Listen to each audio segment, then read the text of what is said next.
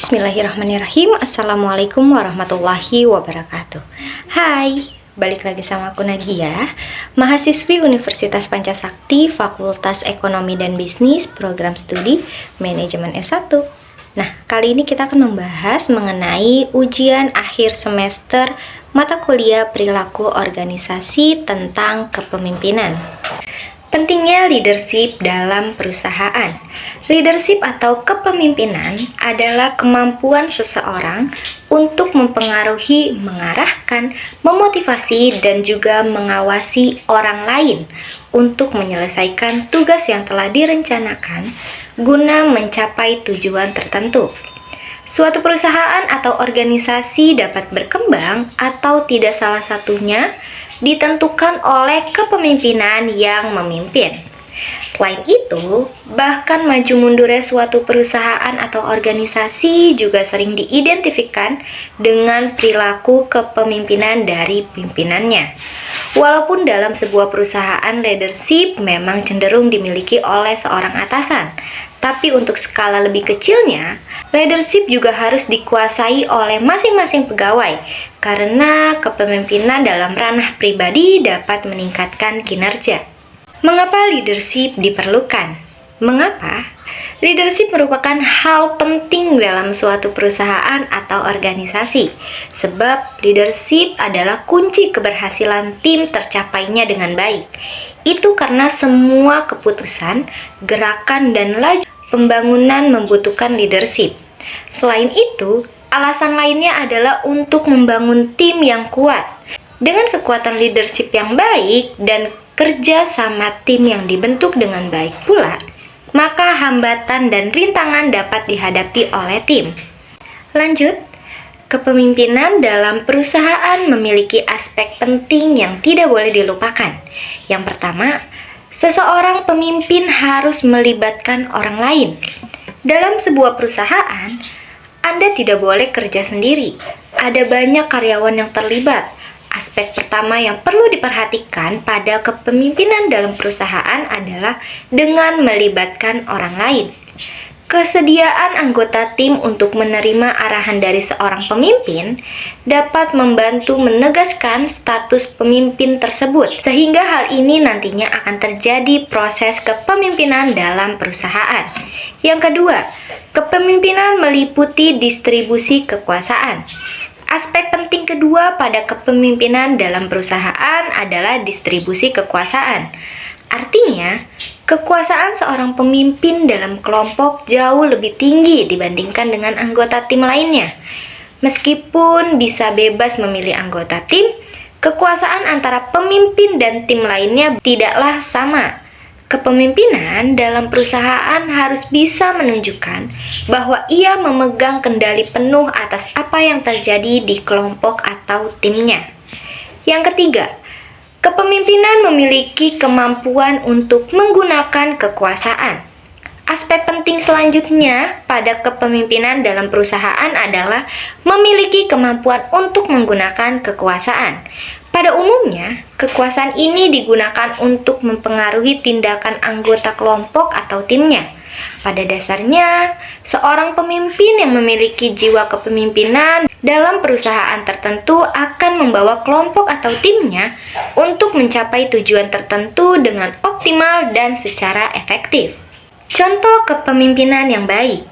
Kepemimpinan dalam perusahaan haruslah menjadi contoh kepemimpinan yang baik bagi pengikutnya. Nah, ini ada beberapa contoh yang baik sebagai pemimpin. Yang pertama, menginspirasi dan juga memotivasi. Seorang pemimpin adalah penggerak yang mengarahkan anggotanya untuk mencapai tujuan bersama.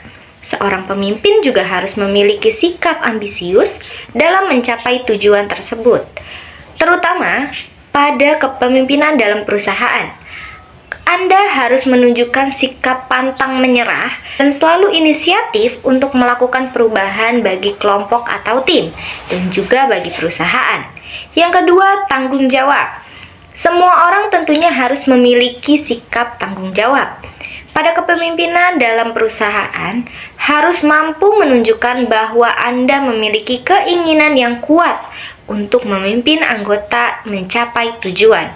Selain itu, Anda juga dapat menunjukkan keinginan untuk bertanggung jawab atas perbuatan Anda dan anggota tim yang mempengaruhi perusahaan. Sebab sebagai seorang pemimpin, Anda orang pertama yang dicari terkait hal-hal tersebut. Lanjut, 3. Jujur dan berintegritas. Contoh kepemimpinan yang baik selanjutnya adalah individu yang jujur dan berintegritas. Pada kepemimpinan dalam perusahaan, Anda harus bisa membangun sebuah hubungan dengan anggota kelompok atau tim yang dilandasi oleh rasa percaya. Sebagai seorang pemimpin, Anda harus bisa selaras dengan apa yang diucap dan apa yang diperbuat. Anda harus menunjukkan sikap kepemimpinan dalam perusahaan dengan jujur dan berintegritas, sehingga akan timbul rasa percaya yang tinggi dari anggota tim lainnya. Yang keempat, percaya diri. Rasa percaya diri ini adalah salah satu contoh kepemimpinan yang baik pada kepemimpinan dalam perusahaan. Tujuannya tidak lain adalah untuk dapat meyakinkan anggota lainnya bahwa mereka melakukan sesuatu yang benar untuk mencapai tujuan bersama. Jika pada kepemimpinannya dalam perusahaan Anda menunjukkan rasa percaya diri, maka anggota kelompok atau tim akan merasa yakin dan percaya terhadap semua keputusan yang Anda buat. Yang kelima, cerdas dan mudah berkomunikasi. Contoh kepemimpinan yang baik adalah sosok yang cerdas dan memiliki pengetahuan yang luas, terutama untuk hal-hal yang berkaitan dengan tujuan perusahaan. Hal ini membuat Anda dalam memecahkan masalah dan membuat keputusan. Selain itu, sikap kepemimpinan dalam perusahaan yang bisa Anda tunjukkan adalah dengan mudah berkomunikasi.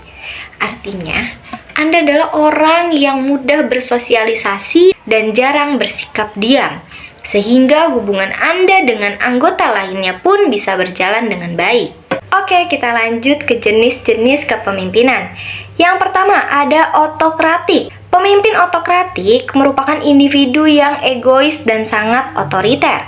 Pemimpin dengan jenis ini menganggap karyawan merupakan mesin untuk mencapai tujuannya, sehingga jarang dari mereka yang bisa menghargai nilai-nilai kemanusiaan.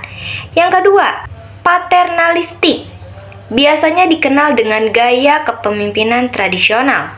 Pada umumnya, pemimpin dengan jenis ini memiliki direksi atau anggota yang sudah senior dan berpengalaman, sehingga seluruh anggota wajib menghormati mereka dan menjadikan panutan.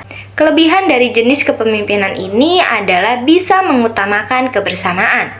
Yang ketiga ada karismatik. Dalam pengurus manajemen perusahaan, jenis kepemimpinan dalam perusahaan harus bisa memikat para anggotanya untuk mencapai tujuan bersama.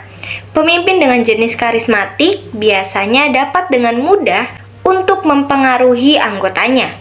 Pada umumnya, anggota atau karyawan lainnya akan memuja dan rela melakukan apa saja yang diminta oleh sosok pemimpin yang karismatik ini, sehingga lebih mudah dalam mencapai tujuan bersama. Yang keempat ada laissez-faire.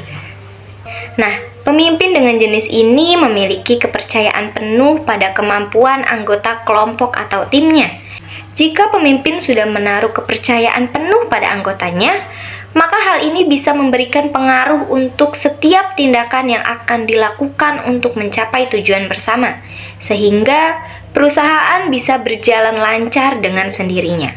Yang kelima atau yang terakhir ada militeristik. Nah, sosok pemimpin ini merupakan individu yang suka memerintah dan segala perintahnya harus dipatuhi. Pada umumnya, jenis kepemimpinan dalam perusahaan ini melibatkan pangkat atau jabatan yang memiliki kekuatan dan kekuasaan.